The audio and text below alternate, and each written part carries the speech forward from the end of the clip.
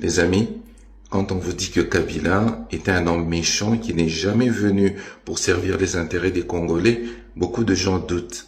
Je vais vous donner quelques chiffres et j'attends que vous me donniez des chiffres contraires.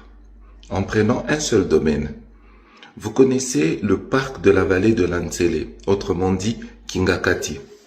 Est-ce que vous savez que Kingakati, ça représente à peu près 20 000 hectares 20 000 hectares, je vous rappelle, c'est à peu près 200 km². Si on devait mettre ça dans une parcelle, on dira c'est une parcelle de 20 sur 10. Vous n'avez pas compris. Je ne parle pas de 20 mètres. Je parle de 20 km sur 10 km. Vous n'avez pas compris.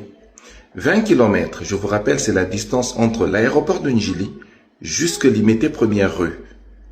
Cité Bethel, 18 km. Ça veut dire la parcelle de Kabila part de l'aéroport de Njili, passe par Njili, Masida, Matete, Limité.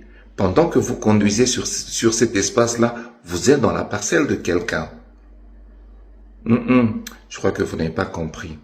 Prenons Gombe, la commune de Gombe, qui part de la gare centrale, Beach Ngobila, qui arrive jusqu'au rond-point Kintambo, avec tout ce que nous connaissons qu'il y a dans Gombe, le palais de la nation, palais de justice, toutes les institutions.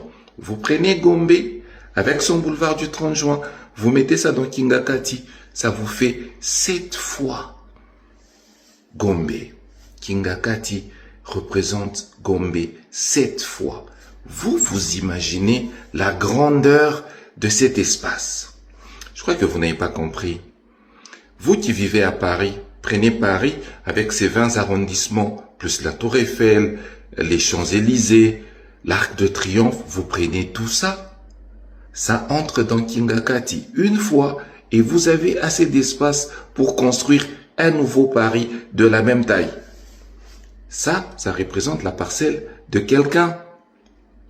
Vous n'avez pas compris. Prenez Bruxelles. Bruxelles entre dans Kingakati et il vous reste de l'espace pour construire 4 stades de football. Ça, c'est la parcelle de quelqu'un.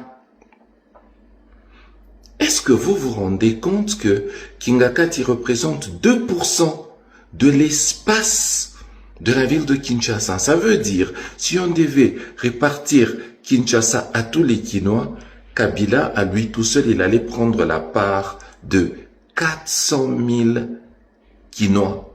400 000 Kinois. Pas 40, pas 1000, 400 000. Comment tu arrives à acquérir autant d'espace pour toi seul? Tu as payé ça à combien? Tu as payé à qui? Prendre un tel espace n'a-t-il pas de conséquences sur les personnes qui vivaient là-bas? Parce que je ne pense pas que c'était un terrain vide, un terrain abandonné. Il y a des gens qui vivaient sur cet espace. Et on s'étonne qu'on a un phénomène comme le phénomène Mobondo. Comment une personne qui était censée protéger les intérêts des Congolais a laissé des gens dormir à Pakadjouma dans la rue pour prendre autant d'espace pour lui-même? Comment est-ce possible? Comment un homme qui était censé construire une nouvelle ville pour les Congolais a décidé de prendre autant d'espace pour construire un parc pour lequel, je vous rappelle, les Kinois doivent payer à peu près 100 $ pour accéder? Est-ce qu'on est sérieux? Est-ce qu'on est sérieux?